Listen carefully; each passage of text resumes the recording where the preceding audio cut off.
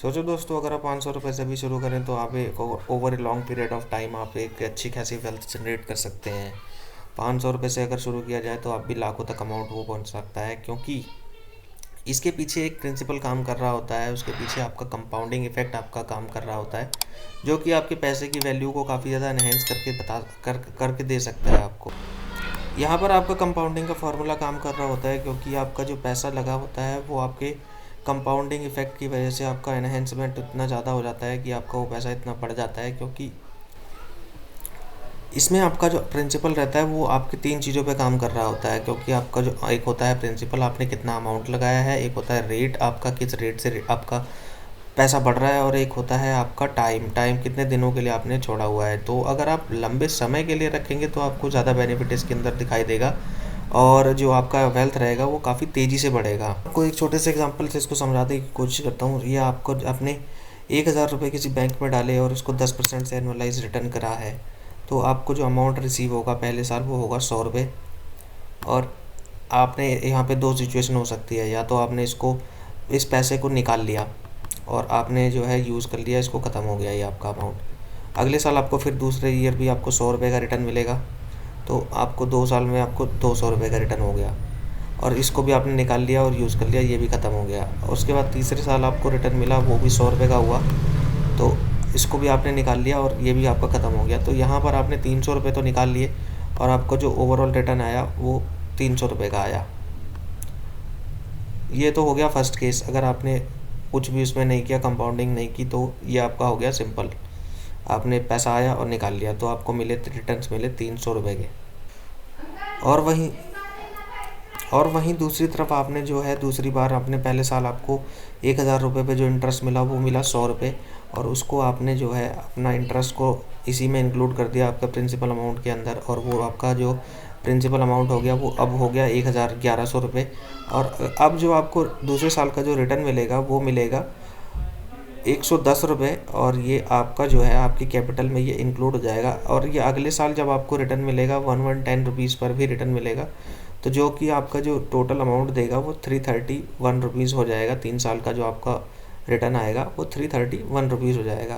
पहले केस में आपको 300 रुपये फालतू मिले, और दूसरे केस में आपको 331 रुपये फालतू मिले, तो आपको यहाँ पे 31 रुपीज़ का बेनिफिट मिला आपको कंपाउंडिंग इफेक्ट में। ये कंपाउंडिंग आपकी 3 साल के लिए हुई है। सोचो अगर 10 साल या 20 साल के लिए होती तो ये आपका 31 रुपये का अमाउंट कितना बड़ा हो सकता था। तो यहीं पे प्रिंसिपल काम करता है, कंपाउंडिंग इफेक्ट। कंपाउंडिंग इफेक्ट के बारे में अल्बर्ट आइंस्टाइन ने भी कहा हुआ है कि 8th वंडर ऑफ वर्ल्ड है। 8, 9, 10 ये उससे भी ज़्यादा है।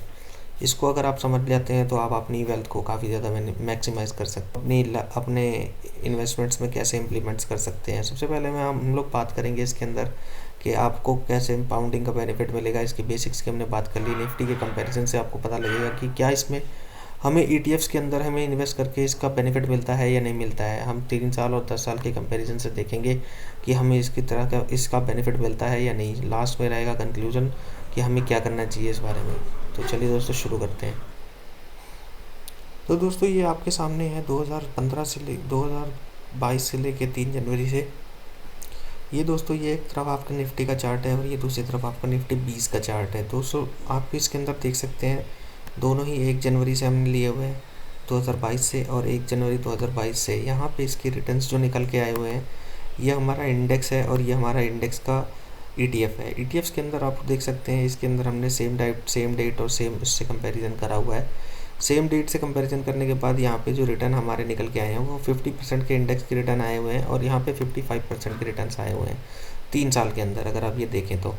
अब बात कर लेते हैं दोस्तों ये कि ये इसके अंदर इतना डिफरेंस क्यों आ रहा है। इतना डिफरेंस हमारा ये कंपाउंडिंग इफेक्ट की वजह से आ रहा है। कंपाउंडिंग इफेक्ट यहाँ पे तो हमने कोई इन्वेस्टमेंट की ही नहीं जिससे आपको पता लगे कि हमारा यहाँ पे कंपाउंड होने के लिए क्या है, क्या लगा हुआ है, किस तरीके से यहाँ पे कंपाउंडिंग हुई है। तो यहाँ दोस्तों मैं आपको बताना चाहूँगा, यहाँ पे जो इंडेक्स ने जो ईटीएफ्स के अंदर जो स्टॉक्स में इन्वेस्टमेंट करा होता है, इंडेक्स के रेशियो में जो स्टॉक्स में इन्वेस्टमेंट होता है, इन्वेस्टमेंट करने के बाद जो स्टॉक्स से डिविडेंड्स जो रिटर्न्स में आते हैं वो डिविडेंड्स को इसी में इन्वेस्ट कर दिया जाता है, जिससे आपके रिटर्न्स जो है और मैक्सिमाइज हो जाते हैं।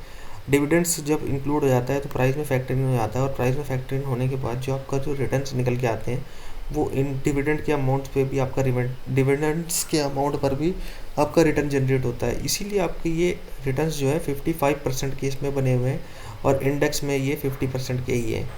यही रीज़न है आपका जो है, जो आपके रिटर्न्स आते हैं वो मैक्सिमम निकल के आ जाते हैं, क्योंकि आपका इसके अंदर डिविडेंड्स इंक्लूड होता है over a long period of time. अब यहाँ पे फैक्टर ये काम करता है आपका एन का। एन मतलब कि टाइम, कितने लंबे समय के लिए अगर आप बने रहते हैं। अगर लंबे समय की बात की जाए तो ये सेम चार्ट है 2015 से लेके 1 जनवरी से, और 2015 से लेके 25 तक का चार्ट है ये। इसके अंदर जो निफ्टी ने रिटर्न्स दिए 197% के आसपास के रिटर्न्स दिए हुए हैं। और वहीं दूसरी तरफ अगर देखा जाए 2015 से लेके सेम चार्ट यही लगा हुआ है, इंडेक्स का ही, इंडेक्स के ETF का चार्ट लगा हुआ है, जिसने हमको 235% के रिटर्न्स जनरेट दिए हैं करके दिए हुए हैं। तो अगर रिटर्न्स का कंपैरिजन किया जाए तो इसके अंदर जो ओवरऑल देखा जाए तो ऑलमोस्ट 38% के रिटर्न्स आपके बढ़ के आ रहे हैं। 38% से आप ज़्यादा ग्रो कर रहे हैं, क्योंकि ये इसमें आपका कंपाउंडिंग इफेक्ट लगा हुआ है। कंपाउंड आपका होता गया, अमाउंट आपने निकाला ही नहीं, जो कि आपका बढ़ते बढ़ते वो जो इंटरेस्ट मिला है वो आपका प्रिंसिपल बढ़ता चला गया और उस पर आपका रिटर्न मैक्सिमाइज होता चला गया। तो यही इफेक्ट आपको जो है over a long period of time benefit करके देता है। तो दोस्तों अब आप समझ गए होंगे कि ETFs के अंदर हमें इन्वेस्ट करके हम कैसे बेनिफिट ले सकते हैं इन्वेस्टमेंट्स में कंपाउंडिंग इफेक्ट का। तो अब दोस्तों बात कर लेते हैं हम लोग निफ्टी 50 के ETFs के। ये कंपैरिजन हमने कर लिया, अब बात कर लेते हैं कंक्लूजन की। कंक्लूजन में हम देखेंगे कि हमें ETFs में इन्वेस्ट करना इसलिए चाहिए क्योंकि इसके अंदर जो कंपाउंडिंग होती है वो बेटर तरीके से हो पाती है, और हमारा जो अमाउंट इन्वेस्टेड रहता है वो बढ़ता चला जाता है। उसके ऊपर ऑलमोस्ट ऑल कंपाउंडिंग होते होते वो अमाउंट एक over a long period of time काफ़ी बड़ा अमाउंट हमारा जनरेट हो जाता है, जिसको एक शॉर्ट टर्म में कभी अचीव किया नहीं जा सकता। Over a long period of time ETFs के अंदर रिस्क भी मिनिमाइज हो जाता है, क्योंकि हमारा जो स्टॉक्स का जो इन्वेस्टमेंट होता है वो over long period of time वो बढ़ जाता है काफ़ी सारे स्टॉक्स के अंदर, और वहाँ पे रिस्क हमारा मिनिमाइज हो जाता है। तो इस तरीके से अगर आप इन्वेस्टमेंट करते हैं तो आप कंपाउंडिंग इफेक्ट का फ़ायदा उठा पाएंगे, और अपने छोटे छोटे अमाउंट ऑफ इन्वेस्टमेंट्स को भी आप एक बड़े अमाउंट में बदलता हुआ देख पाएंगे over a long period of time. यहाँ पे 3 फैक्टर्स काम करते हैं। कभी भी आपको इन सब चीज़ों का ध्यान देना है। कभी भी आपका जो अमाउंट रहेगा वो अगर ज़्यादा बड़ा नहीं भी है तो भी आपको लंबे समय के लिए बना रहना है, कि यहाँ पे टाइम फैक्टर बहुत ज़्यादा इंपॉर्टेंट है। अगर आप यहाँ पे तीसरे फैक्टर को अगर आप इग्नोर करेंगे तो आप कुछ नहीं इसमें बना पाएंगे, क्योंकि यहाँ जो मैक्सिमम जो रिटर्न जनरेट हुए हैं, जैसा कि आपने यहाँ देखा होगा, यहाँ पे केवल और केवल 5% का डिफरेंस है। अगर आपने बात ध्यान दिया हो तो यहाँ पे केवल 3 साल के अंदर केवल 5% का difference over long period of time अगर यही कंपेरिजन किया जाए, और यहाँ पे जो डिफरेंस आया है वो आया है 38% के आसपास का, 38% के आसपास का। और यहाँ पे अगर टोटल रिटर्न्स की कैलकुलेशन की जाए तो 33% आपको एक्स्ट्रा मिला है। ऑलमोस्ट आपकी कैपिटल का 1/3 आपको एप्रिसिएशन में ही मिल गया है। तो एडिशनल बेनिफिट आपको over a long period of time ही होगा। यहाँ पे टाइम बहुत ज़्यादा मैटर करता है, जो अमाउंट आपका ज़्यादा मैटर नहीं करता, क्योंकि अमाउंट अगर आपका कम भी है तो over a long period of time वो बहुत बड़ा अमाउंट हो जाएगा इसकी वजह से, क्योंकि ये एक्स फैक्टर आपके अंदर टाइम का जो लगा हुआ है वो आपका एनहेंसमेंट कर देगा, आपके रिटर्न्स को बहुत ज़्यादा मैक्सिमाइज़ कर देगा। तो उम्मीद करता हूँ वीडियो आपको पसंद आया होगा, इन्फॉर्मेटिव लगा होगा। अभी के लिए इतना ही, मिलते हैं नेक्स्ट वीडियो में। Thank you very much.